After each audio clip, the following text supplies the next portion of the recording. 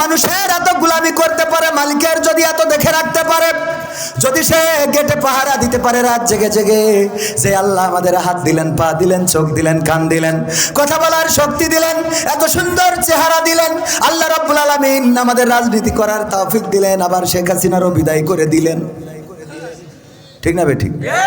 পরিবেশটা শান্ত করে দিলেন, যে আল্লাহ রাব্বুল আলামিন এত নিয়ামত আমাদের দিলেন।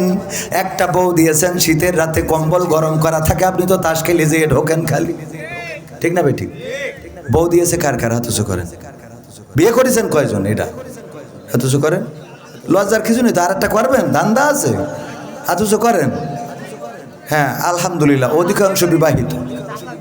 হ্যাঁ অধিকাংশ বিবাহিত। চাষা শীতে আর হাত বের করতে, ও বিয়ে করে, অত শোনে কিনা, অসুবিধা নেই।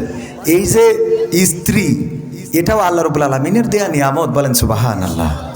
বিয়ের জন্য কত মানুষ, কত মেয়ে দেখছে, পছন্দ হচ্ছে না, কত কবিরাজের কাছে যায়। দেখেন দিন আমার বিয়ে, হুজুরের কাছে যায়, হুজুর ফুটু দিয়ে কয় তোমার তো বিয়ে বন্ধ করতে গেছে।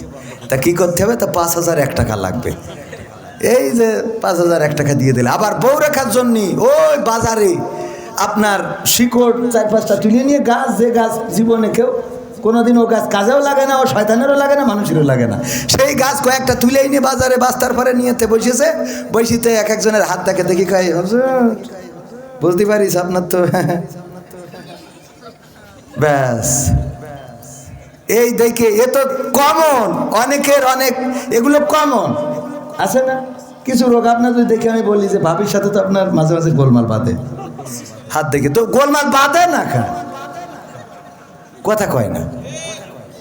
এই জাতীয় কমন কিছু বলে কয় আপনার একটু সমস্যা আছে, হ্যাঁ, তো এরপরে যেয়ে ব্যাস।